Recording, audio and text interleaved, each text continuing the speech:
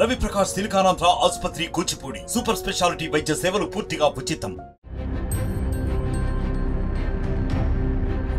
BJP జాతీయ అధ్యక్షుడు JP Nadda భార్య మల్లిక కారు చోరీ మిస్టరీ వీడింది.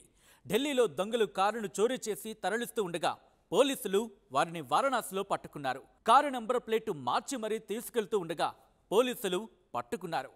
మార్చి 19న కారు చోరీకి గురవుగా సుమారు 20 రోజుల తర్వాత పోలీసులు కారును పట్టుకుని తిరిగి అప్పగించారు.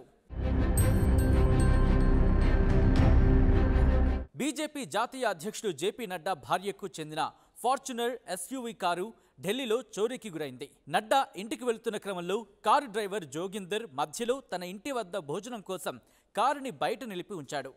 ఆ టైంలో దుండగులు కారుని దొంగలించారు. కారు కనిపించపోయేసరికి వెంటనే డ్రైవర్ పోలీసులకు ఫిర్యాదు చేశాడు. హై ప్రొఫైల్ కేసు కావడంతో పోలీసులు వెంటనే రంగంలోకి దిగారు. సీసీ కెమెరాల ఆధారంగా విచారణ చేపట్టారు. సీసీ కెమెరాల ఆధారంగా దర్యాప్తు ప్రారంభించిన పోలీసులు కారు గురుగ్రామ్ వైపు వెళ్లినట్లు గుర్తించారు. వాహన నంబర్ ప్లేట్ మార్చి అలీగఢ్, లఖింపూర్ ఖేరి, బరేలీ, సీతాపూర్, లక్నో మీదుగా దొంగలు వారణాసికి వచ్చారు. వీరు అనుమానాస్పదంగా కనిపించడంతో పోలీసులు కారును స్వాధీనం చేసుకుని విచారణ చేశారు. నిందితులు తాము కారు చోరీ చేసి తీసుకెళ్తున్నట్లుగా పోలీసుల ఎదుట ఒప్పుకున్నారు. హర్యానా రాష్ట్రం ఫరీదాబాద్ దగ్గరలోని బద్కల్కు చెందిన షాహిద్ శివంగ్ త్రిపాఠి ఆ కారుని దొంగలించినట్లు తెలుస్తోంది. కారుని నాగాలాండ్కు తరలించారని నిందితులు ప్లాన్ చేసినట్లు సమాచారం.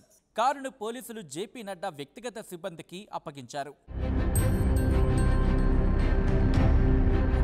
మరిన్ని వీడియోస్ కోసం ఛానల్ ని సబ్స్క్రైబ్ చేయండి. లేటెస్ట్ అప్డేట్స్ కోసం వాట్సాప్ ఛానల్ ని ఫాలో చేయండి.